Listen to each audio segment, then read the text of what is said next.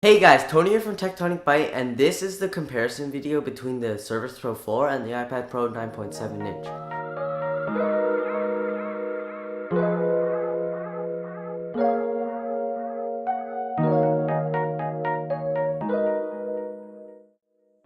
Starting off, let's look at the designs of these machines. The Surface Pro 4 has a magnesium build and feels really nice to the touch.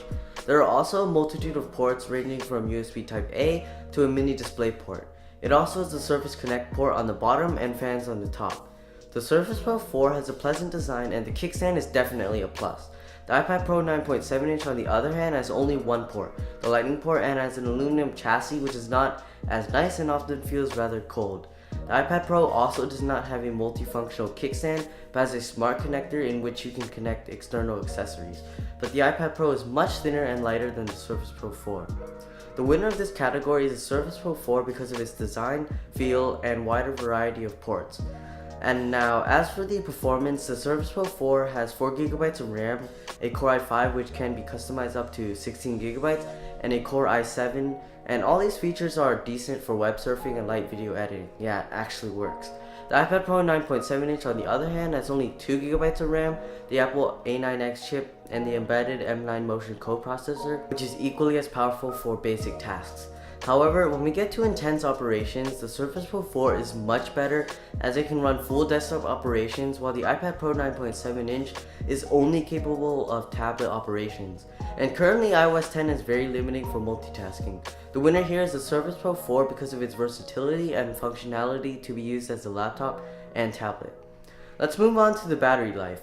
The Surface Pro 4 gets a battery life of around 5 to 7 hours. As for the iPad Pro 9.7 inch, it gets around 10 hours.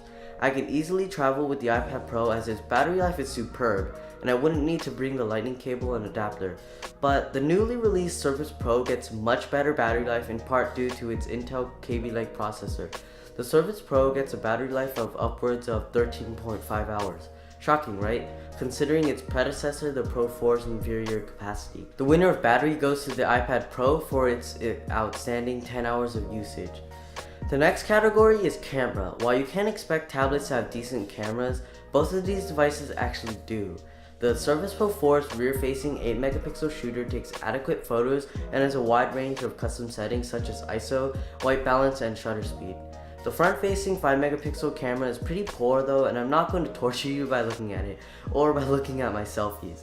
The iPad Pro, on the other hand, has a much better 12-megapixel camera that takes great photos. It can also take live photos, panoramas, slow motion videos, and time-lapse videos. The 5-megapixel front camera is also pretty decent. The winner here has to be the iPad Pro as the camera takes great photos and records up to 4K. Now, as for the accessories, the Surface Pro 4 is compatible with many such as the Surface Pen and the type covers. I have the Surface Pen which was included and the type cover which is superb for typing. As for the iPad Pro, it's compatible with many keyboard covers, cases, as well as the Apple Pencil, but they're not essential for practical use unlike the Surface Pro 4 which absolutely needs a keyboard and pen. Therefore, the winner of the accessories section goes to the Surface Pro 4. Next, we have software. The Surface Pro 4 runs full Windows 10 Pro and I have to say it runs like a champ. Desktop operations are really smooth and I prefer the full Windows experience over the limited experience of iOS. However, the iPad Pro is much better as a tablet than a laptop. iOS is so refined and I love using it as a tablet. Windows absolutely sucks on tablet mode and I give huge props to Apple for making such a great tablet.